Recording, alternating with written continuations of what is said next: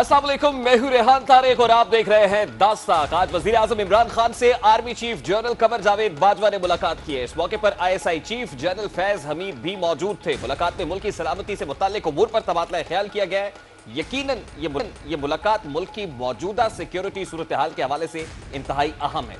एक ऐसे वक्त में जब मुल्क भर में सड़कें बंद हैं, एहतजाज के बायस निज़ामी जिंदगी मफलूज हो चुका है, वजीर आजम ने इंतहाई दो टोक अंदाज में कहा है कि शरपसंदों को कानून हाथ में लेने की इजाजत नहीं दी जाएगी। वजीर आजम इमरान खान की जेर सदारत वफाकी काबीना का इजलास हुआ है, जिसमें तमाम 27 नकाती एजेंडे की मंजूरी हुई और मजहबी जमात की जानिब से मुल्क गिर एहतजाज पर तफसीली ब्रीफिंग दी गई है। वजीर आजम इमरान खान ने वफाकी काबीना के इजलास में बताया है कि हुकूमत मजहबी जमात के साथ मुसलसल मुज़ाकरात कर रही थी, लेकिन ये एक तरफ मुज़ाकरात तो दूसरी जानिब मार्च की तैयारी कर रहे थे। इजलास से गुफ्तगू में इमरान खान का कहना था कि मजहबी जमात के मुतवक्के मार्च में शरपसंद अनासर के फायदा उठाने की इत्तलात थी, लेकिन एहतजाज की आड़ में शरपसंद अनासर को अमन खराब करने की इजाजत नहीं दी जाएगी। वजीर आजम ने कहा कि आइंदा 24 घंटे अहम है, उम्मीद है हालात बेहतर हो जाएंगे और हम मुआहिदे के मुताबिक मजहबी जमात के मुतालबात पार्लियामान में पेश करेंगे। उधर लाहौर, इस्लामाबाद और बहावलपुर में रेंजर्स तलब की गई हैं ताकि हालात का मुकाबला किया जा सके। इसी हवाले से फवाद मीडिया ब्रीफिंग में भी सख्त मौक़िफ़ अपनाया। वो क्या कह रहे थे उसकी एक झलक आपके सामने रखता है। हम मामलात को अमन और अमान से जो है वो चाहते हैं कि हल हो। हम ये भी चाहते हैं कि लॉ एंड ऑर्डर का प्रॉब्लम क्रिएट ना हो। इस वक्त सबसे बड़ा मसला ये है कि जो ऑक्सीजन सिलेंडर्स की जो मूवमेंट है वो हिंडर हो रही है। किसी भी ग्रोह को, किसी भी पार्टी को, किसी भी जो ग्रुप है उसको ये सोचना भी नहीं चाहिए कि वह हुकूमत पाकिस्तान को या रियासत पाकिस्तान को डिक्टेट कर सकता है। यकीनन इस वक्त मुल्क में अमन व अमान की सूरत हाल को बेहतर बनाना इंतहाई जरूरी है, क्योंकि एहतजाज के बायस जहां आम शहरी मुतासर हो रहे हैं, वहीं अस्पतालों में कोरोना के मरीजों को ऑक्सीजन की फराहमी में भी रुकावट पेश आ रही है। इसी संगीन सूरत हाल के दौरान रमजान मुबारक की बाबरकत माह का आगाज हुआ है। दुआ है कि इस माह मुबारक में वतन अजीज में अमन व अमान हो। अल्लाह सुब्हानो तआला कोरोना वायरस की वबा से दुनिया को निजात अता फरमाए। हुकूमत के लिए इस माह मुकद्दस में एक और बड़ा चैलेंज है, और वो चैलेंज है बढ़ती हुई महंगाई। हुकूमत की नाकिस पॉलिसीज के बायस महंगाई का जिन बेकाबू हो गया है। अवाम महंगाई से शदीद परेशान दिखाई दे रहे हैं, जबकि जेब में पैसा ना होने और कुव्वत खरीद कम होने से आम आदमी की परेशानियों में मुसलसल इजाफा हो रहा है। आटा, चीनी, फल, सब्जी समेत तमाम अशियाए जरूरिया कुव्वत खरीद से बाहर दिखाई दे रही हैं। गरीब आदमी को खरीदारी करते हुए 10 बार सोचना पड़ता है कि क्या खरीदा जाए और कौन सी चीज पर सिर्फ सब्र का सहारा लिया जाए। इस वक्त मुल्क में महंगाई की शरह 18.43% तक जा चुकी है, जबकि एक हफ्ते में महंगाई में 8.6% का इजाफा हुआ है। मौजूदा दौरे हुकूमत में एक हफ्ते के दौरान यह सबसे ज्यादा इजाफा है। हैरानकुन तौर पर यह इजाफा बुनियादी जरूरत की अशिया, चीनी, दाल, सब्जी और फलों की कीमतों में हुआ है। एक जानिब हुकूमत माह मुकद्दस में महंगाई पर काबू पाने की दावेदार है, तो दूसरी जानिब महंगाई का जिन मुसलसल बेकाबू हो रहा है। अब सवाल यह है कि क्या अवाम हुकूमती कोशिशों से मुतमईन है? हमने अवाम के सामने रखा है, अवाम की तरफ से किस रद्देमल का इजहार किया गया उसकी एक झलक आपके सामने रखता है। मुतमईन नहीं है, क्योंकि जो है ना महंगाई इस कदर बढ़ रही है। यूटिलिटी स्टोरों पे तो इतना रश हो रहा है आटे और चीनी दाल के लिए। हम इमरान खान से अपील करते हैं कि इस अवाम पे और इस पाकिस्तानी अवाम पे थोड़ा रहम का है। रोजमर्रा की अशिया इंसान की खाने पीने की उस पर क्या नाम है रिलीफ देना चाहिए, और रिलीफ नहीं दिया उसके ऊपर। आखिर खुदाई की महंगाई है हद से ज़्यादा, ना बच्चों के पास नौकरी है, ना कुछ परेशानी आई हुई है, तो बंदा क्या कर सकता है और किसी को कुछ कह भी नहीं सकता।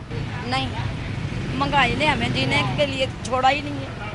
हम तो हालात से किस्ताए हुए हैं। पहले इतनी महंगाई, घर में महंगाई की वजह से लड़ाइयाँ झगड़े, साफ ज़ाहरा खाने के लिए रोटी नहीं होगी तो इंसान की ज़िंदगी रोटी के साथ चलती है। नहीं सर, हम कोई मुतमिन नहीं है।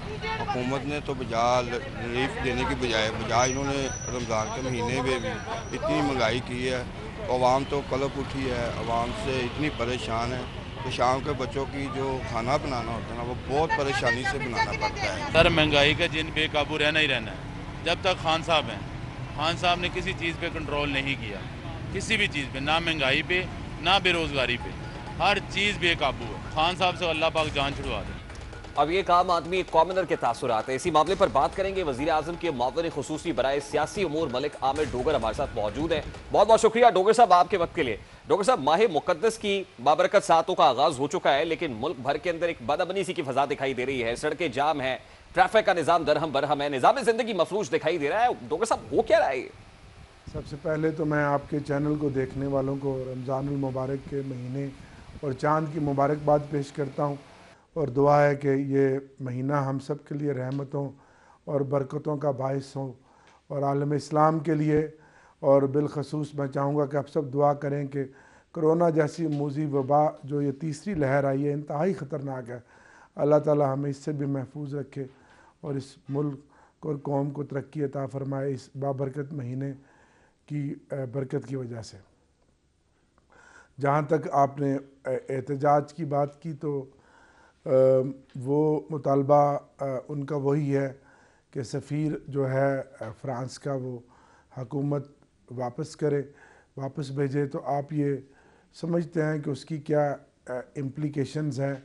और एक मामला कल हुकूमत के डायलॉग की जो कमेटी है उसके साथ चल रहा था और बहुत सारे ऑप्शन थे जिसमें पार्लियामेंट में भी पेश करने का ऑप्शन था, लेकिन अभी वो मामला अभी गुफ्तगू का ही गुफ्तगू में ही था, लेकिन ये एहतजाज का उन्होंने सिलसिला शुरू कर दिया और पूरा प्री प्लान था और एक तरह से पूरे पाकिस्तान को उन्होंने ब्लॉक किया। लेकिन हुकूमत ने और हुकूमत की इंतज़ामी इदारों ने बड़े अच्छे तरीके से उसको देखा है, लेकिन उसमें हमारे पुलिस के मुलाजमीन भी बड़े तशद्दुद का शिकार हुए हैं और कुछ मुलाजमीन की डेथ की भी खबरें आ रही हैं।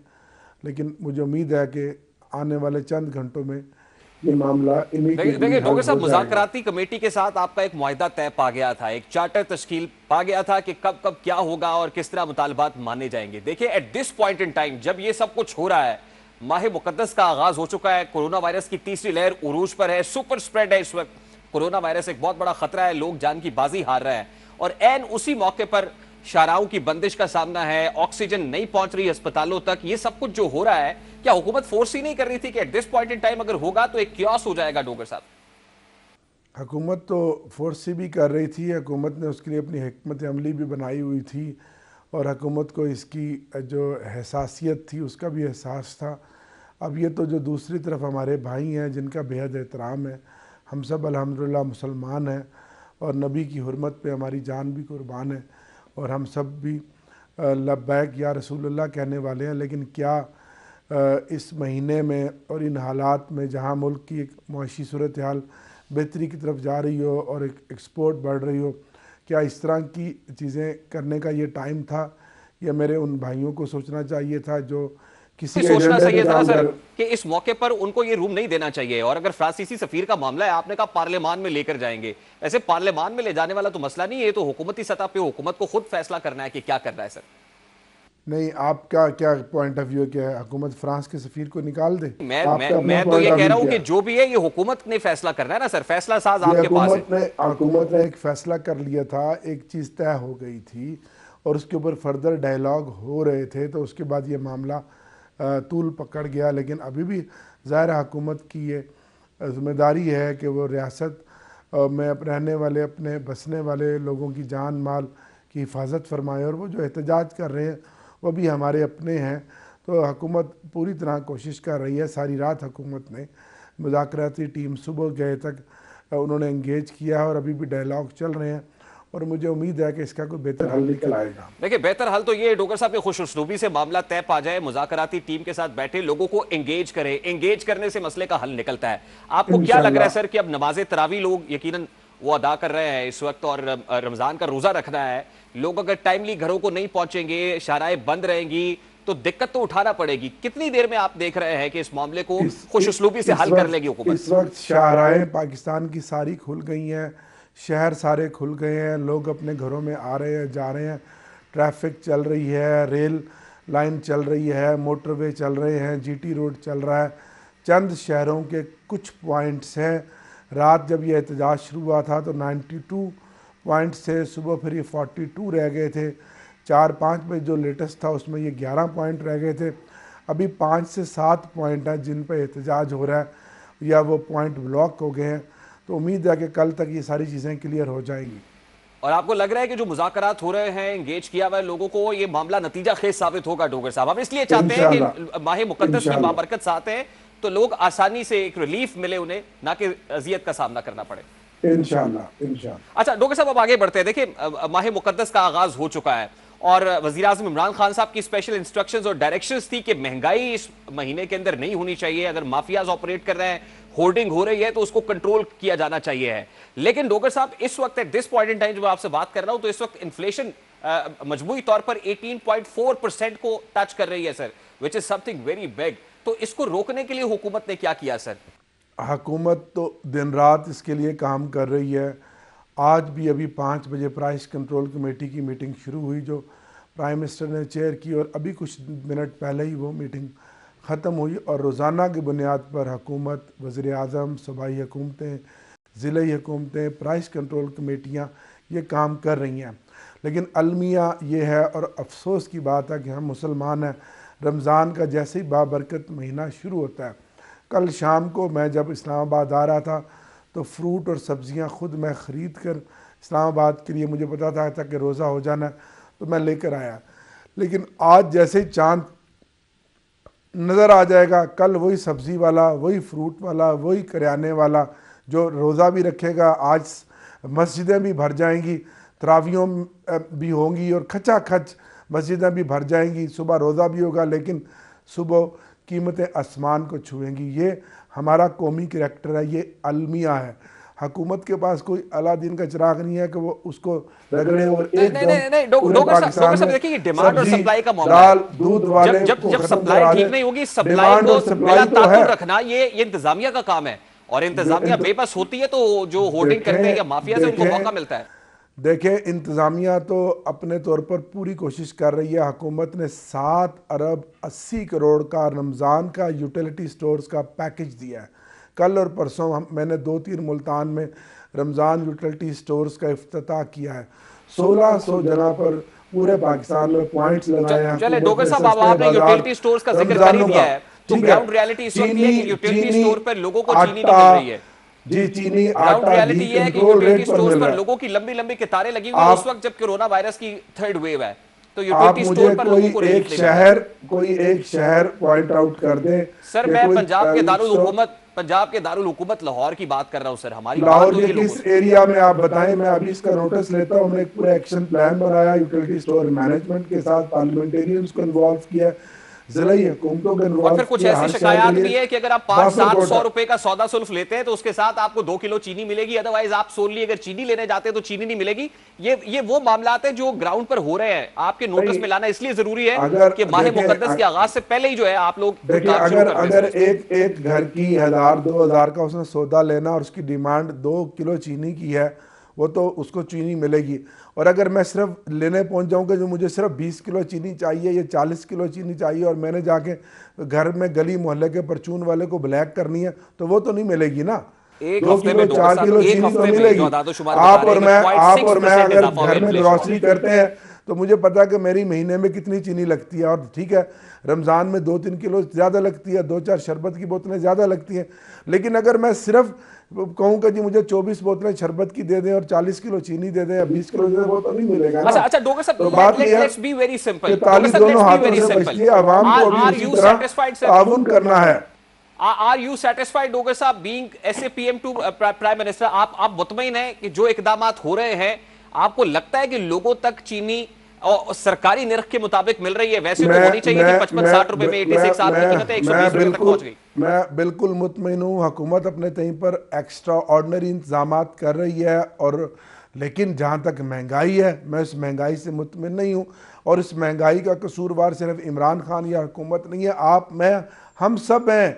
अभी मैं पोस्ट देख रहा था, जब आपने मुझे 20 मिनट का कहा, तो अभी इंग्लैंड में मेरी सिस्टर रहती हैं, उसने पोस्ट लगाई थी कि अभी वहाँ आजदा, आइकिया, सैन्सबरी जितने बड़े बड़े स्टोर्स हैं, उन्होंने जो यहूदियों के स्टोर हैं, अंग्रेज़ों के स्टोर हैं, रमज़ान मुबारक करके जितनी रमज़ान में मुसलमानों के इस्तेमाल में चीज़ें आती हैं उन पर 40%, 50%, 60% डिस्काउंट लगाया हुआ था। बाय गेट वन फ्री की ऑफर्स की हुई थी। ये आज अभी उन्होंने मुझे शेयर की हैं। और यहाँ यह है कि कल आप जो चीज़ भी लेने जाएंगे, उसकी जो रेडी वाला खड़ा है, ठेले वाला खड़ा है, परचून वाला, तो ये हम सब इसमें शिकार है ना। वो जो गैर मुस्लिम है वो एहतराम करते हैं, वो सब्सिडी देते हैं, आपको रमज़ान ऑफर्स देते हैं, और यहाँ हम रमज़ान में कहते हैं कि पूरे 11 महीने का मुनाफा 1 महीने में कमा लें। ऐसे मामलात हैं, हमारी 11 महीने का मुनाफा 1 महीने में कमा लें, अच्छे है मेरा ख्याल है। लेकिन डोगर साहब देखिए, आप ये अंडरस्टैंड तो करते हैं कि इस वक्त आपका मुकाबला किसी ऑपोजिशन के साथ नहीं है, पीडीएम हमारा एक तरफ है, मुकाबला महंगाई दूसरी के तरफ साथ आम है, उस आदमी है सर। माफिया के साथ है, मुनाफाखोरों के साथ है, वो आटा के मुनाफा है, चीनी का मुनाफा है, सबके साथ है। अब इमरान खान तो सबके साथ लड़ रहा है ना, किसके लिए लड़ रहा है? अवाम के लिए लड़ रहा है ना, अवाम को रिलीफ दिलाने के लिए लड़ रहा है ना उसकी शुगर मिले, ना उसकी टेक्सटाइल मिले, ना उसकी फ्लोर मिले। अच्छा डोगर साहब, जिनकी शुगर मिल रहे हैं उनके खिलाफ जब एक्शन हो रहा है तो आपके अपने ही लोग आपके अगेंस्ट खड़े, क्योंकि आपका ताल्लुक जनूबी पंजाब से है, तो क्या देख रहे हैं सर कि इस वक्त कोई पीडीएम मुकाबला नहीं है, कोई चैलेंज नहीं है, इस वक्त कोई और प्रॉब्लम नहीं है, बल्कि आपके अपने इस वक्त इशू बने हुए हैं? तो आपको लगता है कि ये जो माफियाज के गिर्द अगर शिकंजा सख्त करने की बात हो रही है, जहांगीर तरीन साहब के अगेंस्ट एक्शन हो रहा है, तो वाकई ये सब्सटैंशियल हो सकेगा? इसमें ये कोई कंक्लूसिव हो सकेगा, या आपको लगता है कि ये मामला भी कहीं ना कहीं इसमें माफियाज देखिए, इस पे आप क्रेडिट तो पहले इमरान खान साहब को देना कि इमरान खान साहब ने 18 मिलें थी, उनमें जहांगीर तरीन की भी मिल थी, तो वो चाहते तो उस कार्रवाई को रोक सकते थे, वो चाहते तो उस फाइल को दबा सकते थे। पहले प्राइम मिनिस्टर को आप क्रेडिट तो देना, क्रेडिट तो आप देते नहीं है, तनकीद करते हैं। आपके अपने लोग क्रेडिट नहीं दे रहे हैं, आपकी बात कर रहा हूं मैं। लोगों को छोड़े, हर आदमी का यहाँ कहीं ना कहीं कोई मफाद लगा हुआ है।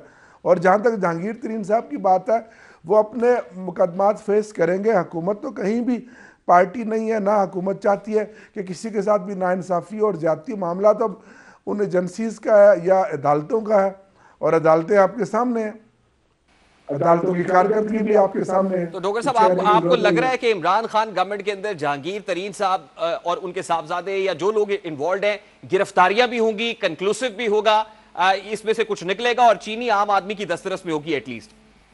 कोशिश तो बहुत है जी, लेकिन इमरान खान को पहले आप क्रेडिट तो देना। जो बड़े बड़े काम इमरान खान जो कर रहा है, इमरान खान ही कर सकता था। बिल्कुल डोगर साहब, क्रेडिट होना चाहिए। अगर जहांगीर तरीन साहब आप देना तो कलमा हक आप भी कहे ना, मुंह से कोई दो लफ्ज आप भी बोले ना। हाँ, हम तो ये चाहते हैं सर कि आम आदमी को चीनी 55 रुपए में मिलना शुरू हो जाए, जो शुगर इंक्वायरी कमीशन में लिखा गया था। हम तो ये चाहते हैं कि आम आदमी की दस्तरस में हो चीनी, माफियाज के गिर्द वाकई शिकंजा सख्त हो, गिरफ्तारियां और कंक्लूसिव हो, ये मन तक ये अंजाम को पहुंचे लोग, इंशाल्लाह। तो डोगर साहब, पब्लिक जो इस वक्त देख रही है नेशनल मीडिया के ऊपर, कुछ कहना चाहेंगे? माह मुकद्दस की सातों का आगाज तो हो गया है, कि क्या रिलीफ है इस मंथ के अंदर आम पब्लिक के लिए आपके पास? मैंने बताया कि एक तो बड़ा हिस्टोरिकल रिलीफ है, 7 अरब 80 करोड़ रुपए का हमने रिलीफ दिया है रमज़ान पैकेज यूटिलिटी स्टोर्स पर। उसके अलावा हमारी सूबाई हुकूमतों ने अब रमज़ान के सस्ते बाज़ार लगाए हैं, पैकेज दिए हैं। इसी तरह एहसास प्रोग्राम के कल से 1600 कैंप्स एहसास प्रोग्राम के पूरे पाकिस्तान में लगे हैं, जिसमें कैश डिस्ट्रीब्यूशन कल से शुरू हुई है। और इमरान खान साहब की यह पूरी कोशिश है कि रमज़ान के इस महीने में मतवसत तबका, गरीब तबका, मज़दूर, दिहाड़ीदार लोगों को आम इस्तेमाल की चीज़ें जो हैं वह हुकूमत कंट्रोल रेट पर पहुँचाए। और पूरी हुकूमत और हुकूमती मशीनरी कल परसों से आपने देखा पूरी इसके ऊपर हरकत में है, वॉर फुटिंग पे है। और इसमें ताउन अवाम का भी चाहिए होगा। हुकूमत के तो अपने एक रिसोर्सेज होते हैं, हुकूमत उसमें। ठीक है, बहुत बहुत शुक्रिया डोगर साहब आपके वक्त के लिए। वज़ीर आज़म के मुआविन खुसूसी बराए सियासी उमूर मलिक आबिद डोगर हमारे साथ मौजूद थे। गुफ्तगू आपने सुनी। अभी एक ब्रेक लेंगे। हमने सनम को खत लिखा, खत में क्या लिखा इस ब्रेक के बाद आपको बताएंगे। पाकिस्तान तहरीक इंसाफ के रहनुमा राजा रियाज साहब हमारे साथ मौजूद होंगे। ब्रेक के बाद हमारे साथ रहिए।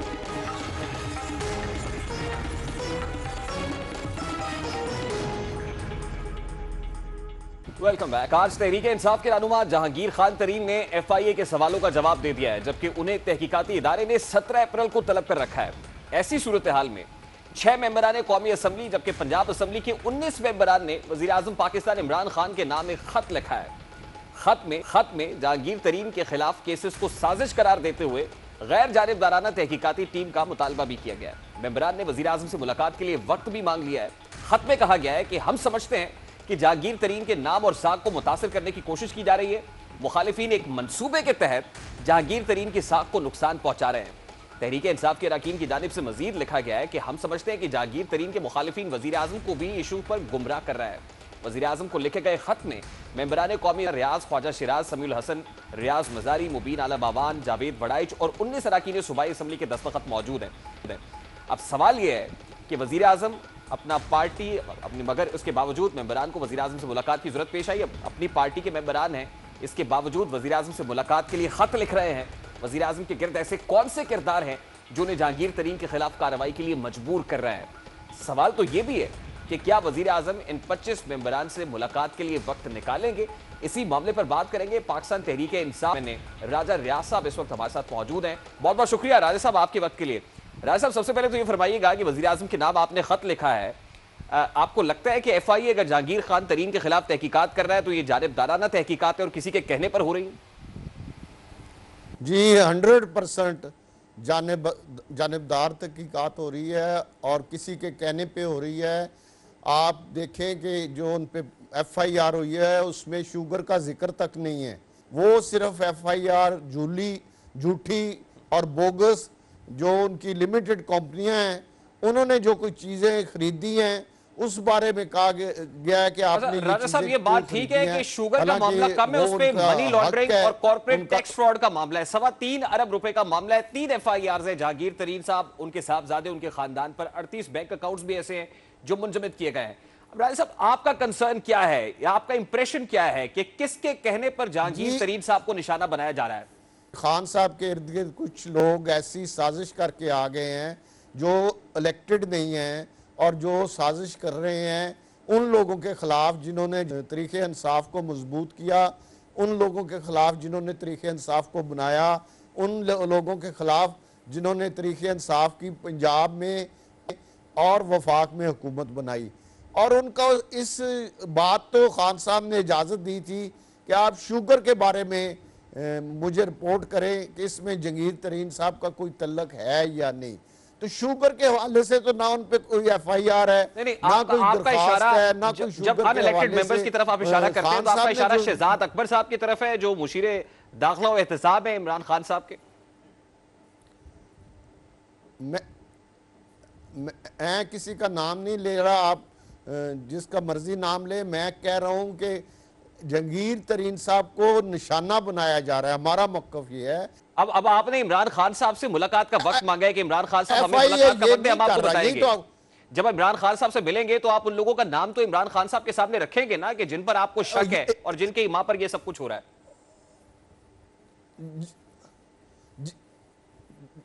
जी इंशाल्लाह। लेकिन पहली बात आप ये मैं आपको जो समझाने की कोशिश कर रहा हूं कि जब शुगर स्कैंडल बना था, एक कमीशन बना था, उस कमीशन में इमरान खान साहब ने कहा था कि ये देख के बताएं कि इस कमीशन में ये कहीं ये साबित होता है कि जहांगीर खान तरीन का इसमें किसी किस्म के मुलव्वस हैं या कोई 1 रुपए का भी उन्होंने हेरफेर किया है।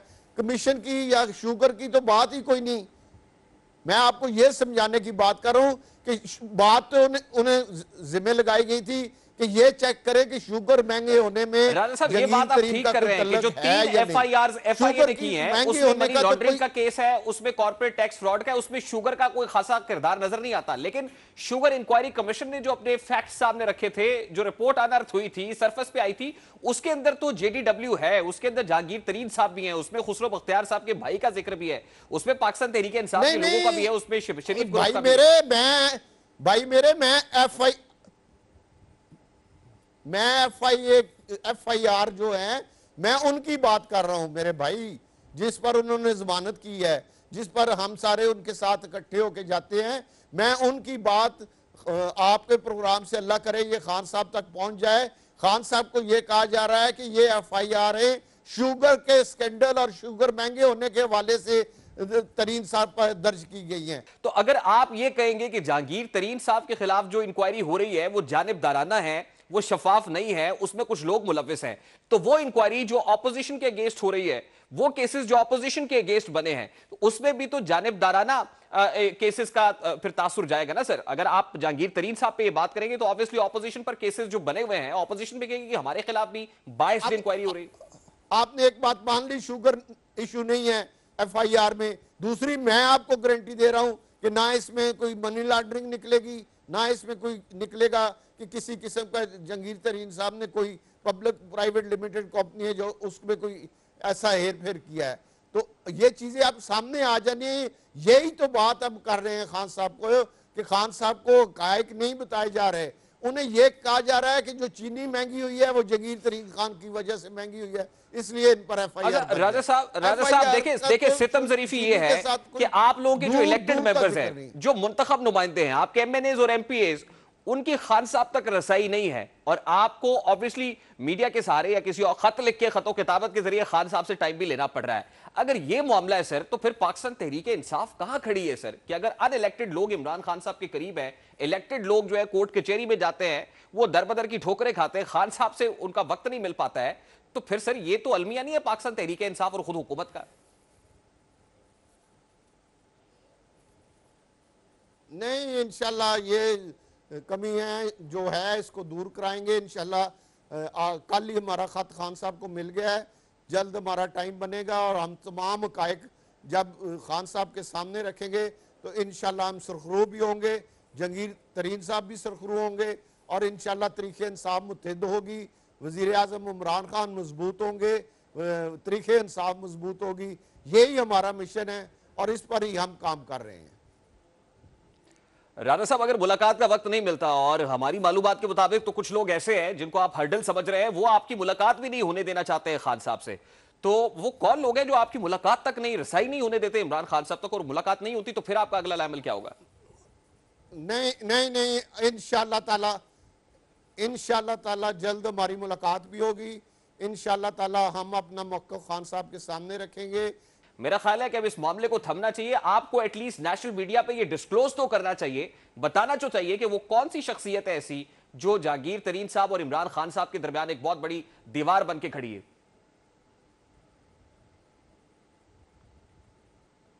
जी, मैं इस वक्त मेरी मजबूरी है, मैं किसी का नाम नहीं ले सकता, लेकिन मुनासिब वक्त जब आएगा इंशाल्लाह नाम भी लेंगे और खान साहब के सामने पहले नाम लेंगे, फिर मीडिया पे आके नाम लेंगे और मीडिया को बताएंगे। ठीक है, बहुत शुक्रिया राजा साहब आपके वक्त के लिए। पाकिस्तान तहरीक इंसाफ के रहनुमा राजा रियाज साहब हमारे साथ मौजूद थे। उन्हें बड़ी उम्मीद है कि मामला हल हो जाएंगे और वज़ीर आज़म इमरान खान साहब उन्हें मुलाकात का मौका भी दे देंगे। बार कैफ क्या होता है ये तो वक्त ही बताएगा। अभी एक ब्रेक लेंगे और ब्रेक के बाद जब वापस आएंगे तो मौलाना का आखिरी पैगाम, क्या पाकिस्तान पीपल्स पार्टी को आखिरी सलाम है और पाकिस्तान पीपल्स पार्टी और ANP की राहें अब जुदा हो गई है फॉर्मली PDM से, इस मामले को उठाएंगे इस ब्रेक के बाद। हमारे साथ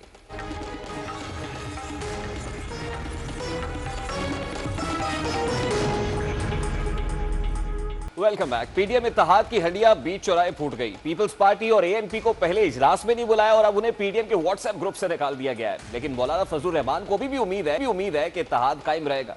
मौलाना फजलुर रहमान की रिहाइशगाह पर PDM की 8 जमातों का इजलास हुआ। इजलास के बाद मीडिया से गुफ्तगू में सरबराह PDM मौलाना फजलुर रहमान ने कहा कि PDM मनसब के लिए लड़ने का फोरम नहीं है, हम नहीं चाहते तंजीमी मामला चुराहों पर लाएं, बड़ी मुश्किलें आई हैं, लिहाजा गुफ्तगू से हल निकाले। हमने मुकम्मल एहतराम को मलूज़े खातिर रखकर जवाब तलब किए, ताहम अफसोस है जवाब देने की बजाय इस्तीफे भिजवा दिए। पीपल्स पार्टी ANP अपने फैसलों पर नजर सानी करे, हम बात सुनने को तैयार है। मौलाना फजलुर रहमान के इस स्टेटमेंट पर बात करेंगे। इस वक्त JUIFA के मरकजी रहनुमा हाफिज अब्दुल्ला साहब ने भी ज्वाइन किया है। बहुत बहुत शुक्रिया हाफिज साहब आपके वक्त के लिए। आप सब सबसे पहले तो ये फरमाइएगा, PDM इजलास के बाद मौलाना फजलुर रहमान साहब ने बात की और उन्होंने कहा कि बाप को बाप नहीं बनाना चाहिए था, जिसपे कमर जमान कायरा साहब पाकिस्तान पीपल्स पार्टी की तरफ से उन्होंने रद्दअमल दिया है कि हम किसी को बाप नहीं बनाना चाहते। तो इस तरह के स्टेटमेंट जब आप देंगे तो बर्फ तो नहीं पिघलेगी हाफिज अब्दुल्ला साहब?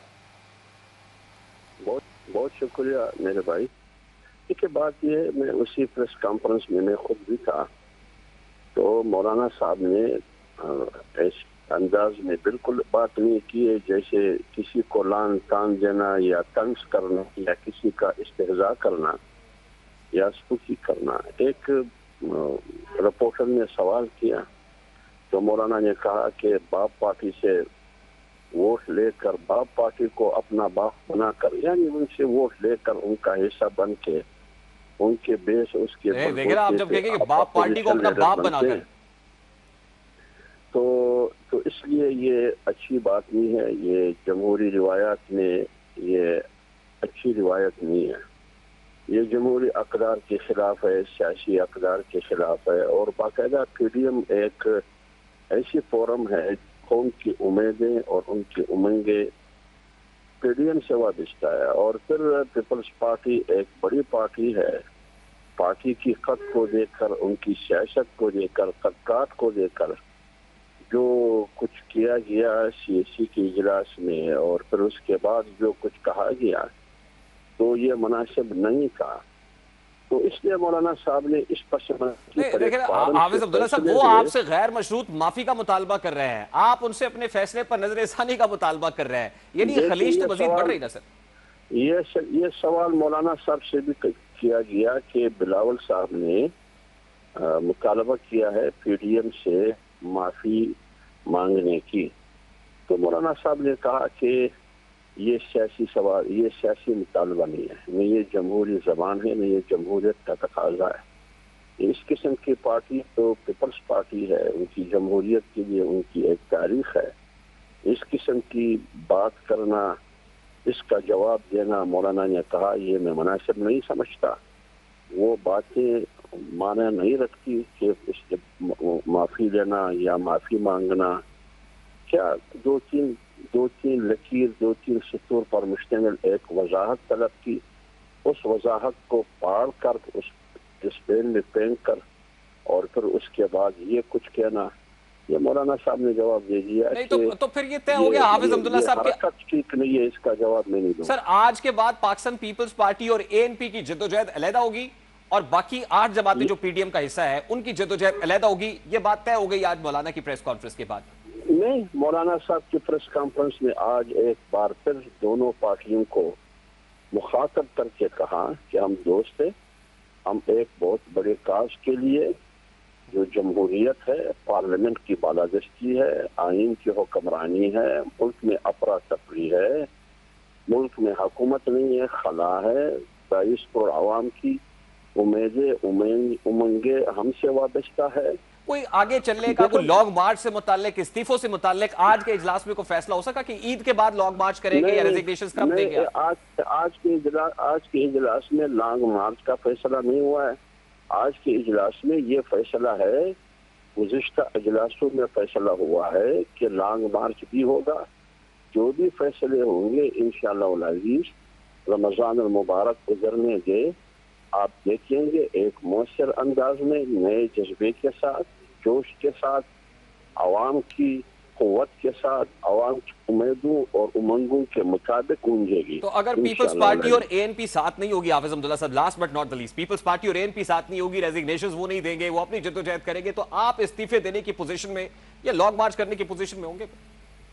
देखिए, मेरे ख्याल में 8 पार्टियां एक तरफ है, 2 पार्टियां दूसरी तरफ है। हमने तो उनको नहीं कहा कि आप पीडीएम से अलहदा हो, उन्होंने खुद ऐलान किया है पीडीएम से अलहदा होने की, उन्होंने खुद इस्तीफे दिए हैं। आज मौलाना साहब के यहाँ उन्होंने इस्तीफे भी भिजवाए। अब इस्तीफे भिजवाने का तरीका तो भी मेरे ख्याल में जमहूरी दुनिया में एक तरीका होता है जिसमें अक़दार का भी लिहाज हो, रिवायात का भी लिहाज हो, किसी के हाथ में इस्तीफे देने ये पहुंचा दे। ये तरीका मेरे ख्याल में बड़ी पार्टियों का नहीं है, तो वो खुद अलहदा हो चुके हैं, लेकिन फिर भी मौलाना साहब पीडीएम की क़यादत करते हुए और इस्तीफों को पेंडिंग में रखा है, इल्तिवा में रखा है, उनको एक्सेप्ट नहीं किया है। एक बार फिर पैगाम दिया है कि आइए हम बैठेंगे, एक दूसरे को सुनेंगे, इस अजीम काज और प्रोग्राम के लिए इकट्ठे चलेंगे। अब उन 2 पार्टी की कोर्ट में हाफिज अब्दुल्ला साहब, 2 बड़ी पार्टीज जो है वो एक दूसरे पर एस्टैब्लिशमेंट से राब्तों का इल्जाम लगाती हैं कि बैकडोर चैनल ऑपरेट हो रहा है। पाकिस्तान पीपल्स पार्टी नून को कहती है, नून पीपी को कहती है। जेयूआईफे क्या समझती है कि किस जमात के यहाँ बैकडोर चैनल ऑपरेट कर रहा है, कौन मुख्तदिर हलकों से राब्ते में है? क्योंकि जेयूआईफे का भी तो स्टेक है ना जी। पहले भी आपको पता है आजादी मार्च हुआ, 2 पार्टीज निकल गई, मौलाना फिर एतराज करते रहे, शिकवे करते रहे, तो यकीनन जेयूआईफे को भी सोचना तो होगा। देखिए, जेयूआई यहाँ एक मुस्लिम लीग नून और पीपल्स पार्टी की बात नहीं है।